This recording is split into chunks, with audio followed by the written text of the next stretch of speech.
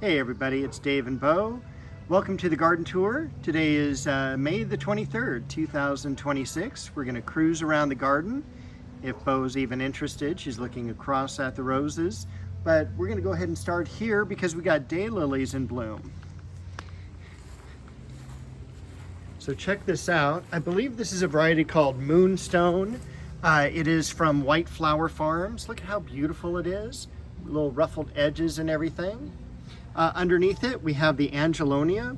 We planted this a couple of weeks ago. It's done terrifically well. We've even had a heat spell and they've survived really nicely. Bo over here with the catnip or cat mint, and she's absolutely enjoying that here. We've got some dianthus we're gonna put around because we do have some overcast days right now, so it's a great time to do some planting. We've got the geranium, creeping geranium over here with a beautiful Shasta daisy coming up behind it. This past week, I spent cleaning up this area back here and pruned up the Pineapple Guava. It got really heavy, really dense with the foliage right after the bloom. So I went ahead and cleaned it up, did some pruning, and of course filled up the barrels. I do have, what was cool I noticed, is look at the heavy crop of figs coming up. So I'm really excited that there will be at least a chance of getting figs this year, because normally we got squirrels and the squirrels get first dibs. We've got verbascum in bloom. This is one of the plants that I got from Blue Ridge Flower Farms. And then we got Bo, can't be alone. We've got some Setsuki azaleas we got from Upland Nursery. We need to get those planted this week as well. For those of you who remember that Aesculus seed, the Buckeye seed, this is now the second year that this is growing, so I'm really excited. Hopefully I'll put this out in the yard maybe this year, but already a couple feet tall, looks fantastic. And over here is the flowering quince along with Bo. All right, over here, this area is still looking really, really nice with the mulch and everything, the Weigelia in the background. The Simisophaga, that's what I'm gonna call it, is kind of in the Heuchera family. Looking good. The Acorus, maple, Japanese maple orange dream. I need to get in here and do some work. I just haven't had the chance to dive in there. Look at the beautiful Alstroemeria, Devalia. I did fertilize everything for the first time in probably a year or two. This is Jordan and the scented geranium behind it. I used just regular Grow Power, an organic fertilizer. We've got Shishigashira, Japanese maple. And look at, I mean, this is filled out really, really nicely. We've got the carex in front. We've got the Shasta daisies. We've got the New Guinea impatiens. And then we also have some lilies behind. Also, the plumerias leafing out beautifully, the deutzia, the separation with the green foliages of the cedar with the juga there.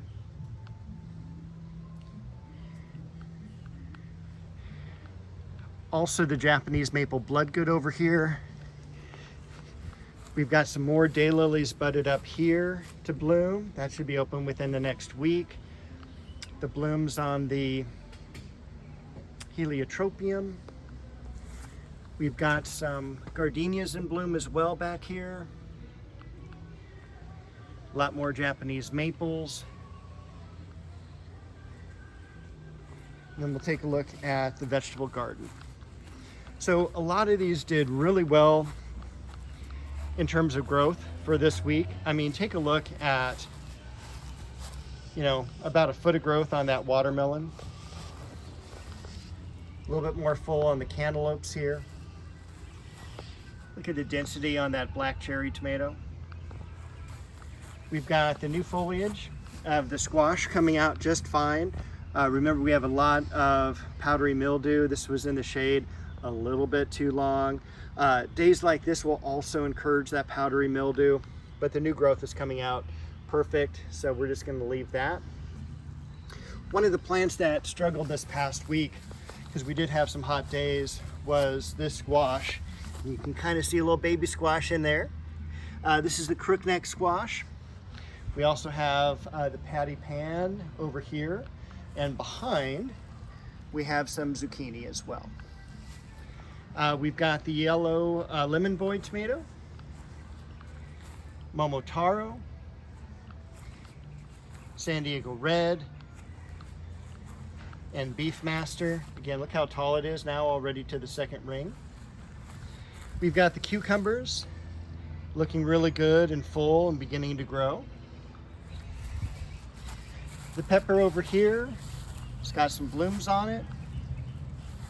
Roma tomato, and then the Japanese black trifle, not growing, but I also got it when it was a little bit older in the container, so hopefully it'll start growing pretty soon. Over here, another daylily. Remember, we split this last year. I was kind of back over here where near the Bronze Age Japanese maple is now, and we split it here and here, doing fantastic. The acacia back here is called Cousin It.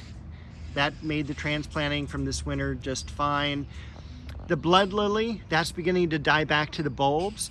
That'll probably be cut back in the next couple weeks. Once the foliage turns yellow, all that energy that the chlorophyll is creating for the plant and the greenness of the leaf, that's going back into the bulbs, and that'll be next year's flower, which is not next year, it'll be in August. So the bulbs will go dormant. I'll move this out of the area just because it just is the bulbs. I don't want it to get sunburned. I'm going to put this in the shade, keep it on the dry side, and then it should flower around August. We've got that lily here that we planted. Look at the bloom on the lamb's ears. Got the apples doing well, except when the parrots get to them.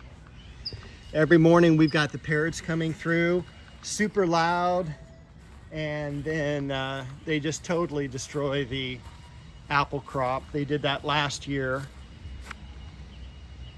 Hemlock. And I don't know if you can see it. That's Bo's arch nemesis, that bird. This is a variety of rose called Perfect Moment. We've got some gladiolas in bloom. Some buds on these lilies. The dogwood in the back doing well. A lot more gladiolas. We've got the sweet pea bush, always loaded with buds. I did some weeding back here and also a little transplanting. I normally don't transplant this late in the season, but I thought, what the heck? And I moved this yew, which was just right here, just back a little bit. So I cut it back. I got as much of the root ball as I could, which this was planted from a 1 gallon, so it wasn't that difficult. And I just moved it directly back. I always keep the orientation the same as well, so I'm not turning it from left to right, clockwise or counterclockwise, because of the exposure that it's used to. So if you have one side that's completely facing the sun, it's used to facing the sun. You don't want to then switch it to a side that has only been facing a shaded area or less sun. So I always keep it in the same orientation. So I just basically dragged it back toward the fence to give me a little bit more room here to plant something. And I'm thinking about doing Japanese maple right here. I'm not quite sure. We will find out in the next week. I did put some more of the mulch around it. This is also a cedar mulch. I don't like it as much. and I think it's because of the color. There's a lot more color variation compared to the mulch I use across the yard. I went ahead and cut back the catmint back here since I had another catmint for Bo, and I pruned as well the mirror plant, the caprasma. I also last week made a mistake, and you know, even a professional gardener, dare I call myself professional, does make mistakes on occasion. I was so gung-ho to clean up this area, and I cut back the Pittosporum beach ball. And you can see, anytime you get the foliage like this, that you have these markings, especially in the middle of the leaf, that is sunburn. And right after I pruned this back, we had some hot days and it just got torched. And I feel horrible about this, but the new growth will come out. It doesn't kill the plant or anything like that. It's just very unsightly, and if I had this near a front entrance, you know, I'd give myself some demerits for that. But it'll be fine. Anyway, that's what I did. So be careful pruning this time of year, because what happens is, like on the U over here, you always want to keep it in the same proximity in terms of direction of the sun. Here, I exposed leaves that hadn't seen the sun because they were shaded by other leaves, and now they're in full sun and they're not used to it.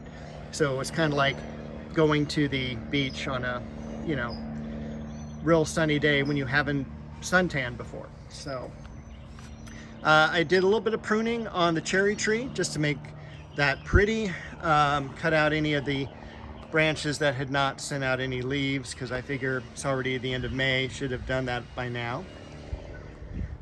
Over here, I've got a lot of blooms on this Arabian jasmine, this sambac jasmine. And so this is doing really well.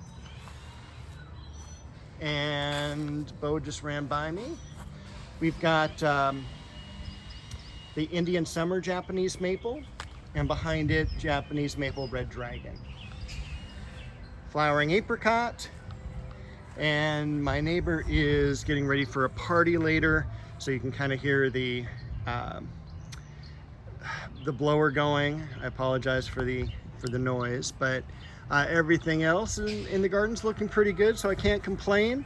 I think I'll go ahead and end the video here. I may do some pruning on the magnolia this week.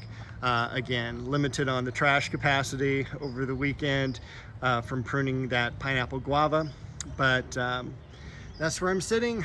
Hope you enjoy the video. See y'all next week.